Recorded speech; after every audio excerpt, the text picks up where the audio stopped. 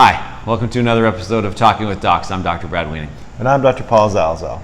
Well, we're talking about sleep today. We've talked about sleep before. I feel like a lot of videos we talk about how we haven't had sleep. We wish we had more sleep. We don't sleep well. Why can't you sleep after surgery? Why are you sleeping in our videos? Yeah. Why did they make you go to sleep? Why can't you get through one video without falling asleep?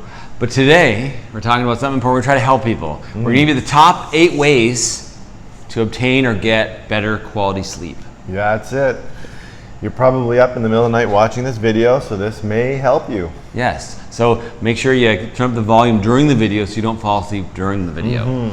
Okay, well, what's number one, Paul? What's the number one way to get better sleep? I think probably the number one way to get better sleep is to make sure that you're not in an environment that's too hot, okay? What if I like a big blanket, a big cozy blanket? I think a big cozy blanket's okay as long as the ambient temperature, the temperature in the room is cool. Now this may be hard for some of our viewers who live in certain parts of the world where it's very hot. Yes. But sorry, we have 7 other things that can help you if this one doesn't work for you.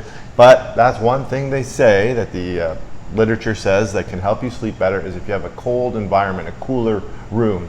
I would agree. Have you ever tried to sleep when you're camping in the middle of the summer in Ontario and it's like hot and muggy? Yeah, the bugs. Yeah, so no bugs. That's not on our list. Yeah. But yes, keep it cool because our bodies regulate the temperature and you need to drop it down when you're going to sleep. Okay. Number 2 is have a room that's dark. This kind of seems to make sense, right? Obvious. Don't have all your lights on. Don't have a flashlight or a spotlight on you. The room needs to be dark, and there's lots of ways to do this. Your eyelids are thin. They are. They're not like pull down blinds. No, but speaking of that, there is actually a very large market of specialty blinds that are darkening blinds that make the room totally dark. Like, you know, in that hotel where you go and you close the blind, you're like, it's so dark and you can't even tell what time it is. I love those. Yeah, that's right. We have a bedroom in the basement that's like that. Yeah. Wow. Cool. Okay, number 3. Number 3 is no alcohol or caffeine before bed. Okay, caffeine's obvious, right? Because it keeps you awake. People take it to wake up. Sure. Alcohol might be a bit of a surprise to you because you usually think if I drink enough alcohol, I'll pass out and I'll fall asleep. But good studies show that actually sleep after alcohol is poor quality sleep. You don't get that deep REM satisfying sleep. So you may not even be in your bedroom. yeah, sleeping on the carpet. The stairs on the way up. Not good. No. Not good. So how soon before you go to sleep should you stop taking caffeine or stop taking alcohol? Yeah, so my personal recommendation would be like at least 4 hours, 4 to 6 even, I would say, because you want time for that to leave your system. But I think the studies might suggest something different. I think 4 to 6 hours for the caffeine. I think closer to 2 hours for the alcohol. And I think in general, we just shouldn't consume too much alcohol. It causes more problems than it solves. So, there you go. Yeah, so that's our number 3. Stay off the stimulants and the alcohol before bed. Number 4 is also an interesting one. It's noise. Yeah, noise is funny because some people like noise, some people want no noise. That's right. So they say you shouldn't have obviously tons of noise because then you can't sleep. But some people don't like it perfectly quiet because then you hear a pin drop, you hear the mouse squeak, whatever. So you either have a low-level ambient background noise like some of those noise makers or noise-making apps they actually have now. Or you could get rid of the mouse that's in your room. One of the nurses actually says she listens to crickets for like 1 hour before she goes. There's like an app that plays crickets, which is a little bit weird. Yeah. But so either have no really loud noises or a baseline level of background noise. That's our number 4. Okay. Number 5 is a little bit tricky and controversial. Yes. But some people find or suggest that if you sleep alone, it's better than sleeping with a partner. So this is going to hurt some people's feelings, but we have a colleague who actually is a sleep specialist, helps people get better sleep scientifically, and one of his recommendations to couples is that they should consider getting separate beds. Like as high as like 40% of people would sleep drastically better removing their partner from their bed. There you go. Tough one, tough pill to swallow. Not sure if that, hey, we got 8 things here. You don't have to use them all. Okay? That's right. Something to consider though if you have someone beside you who is a loud snorer, a restless sleeper, or if you're a very light sleeper, I think that can be a problem too. So it's not always the wigglers problem. Or even the bed moves you and they move around. That's right. And by the way, we did get this information from a sleep expert, a colleague of ours who is a sleep expert and runs sleep clinics. However, he's still in bed, so he couldn't come and do this video with us. So we're taking the information we got from him. That's right. Sharing it with you. That's right.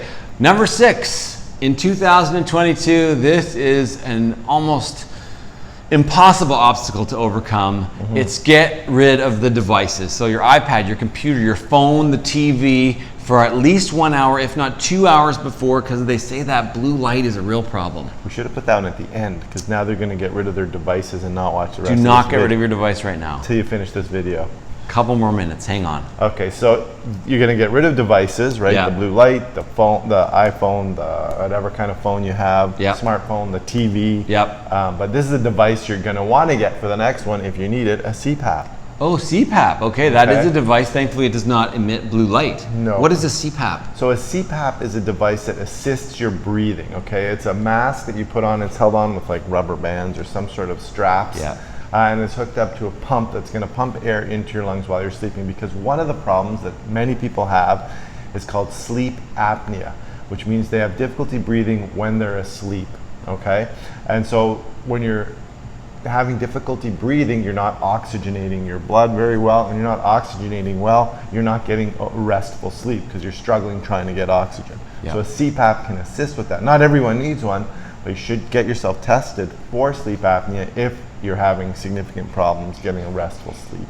Yeah, and that would show up as either being really tired, having naps during the day, falling asleep during the day, or your partner noticing that you either snore really loudly or potentially even stop breathing for short periods of time. It can be very serious, up to and including even life-threatening. So sleep apnea is very serious, so definitely talk to your doctor about it if you're concerned about it. As we say it out loud now, You think I you think got I have all those symptoms. So I will probably going to go get checked for sleep apnea Yeah. shortly after this video is made. Okay. So Number 8, we got our last one.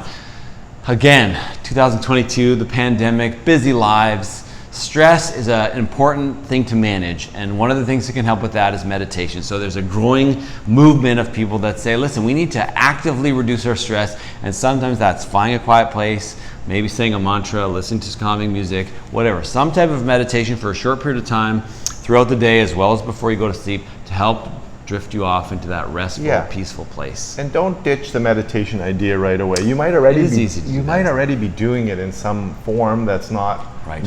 considered the traditional type of meditation. Yeah. There's varying ways you can meditate, but it has been shown to help, and it's worth exploring. Yeah, and on YouTube, a bunch of different apps of people that can help you kind of focus on something that's more positive, maybe kind of pushing some of that negative energy away from you.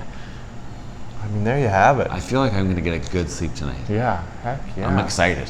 Yeah, follow. I don't do all those 8 steps, but No. if you can try some of those ideas, they may help you get a better sleep. For sure. So if you like this video, please like it, subscribe to our channel. And remember, you are in charge of your own health. And your own sleep. We'll see you next time.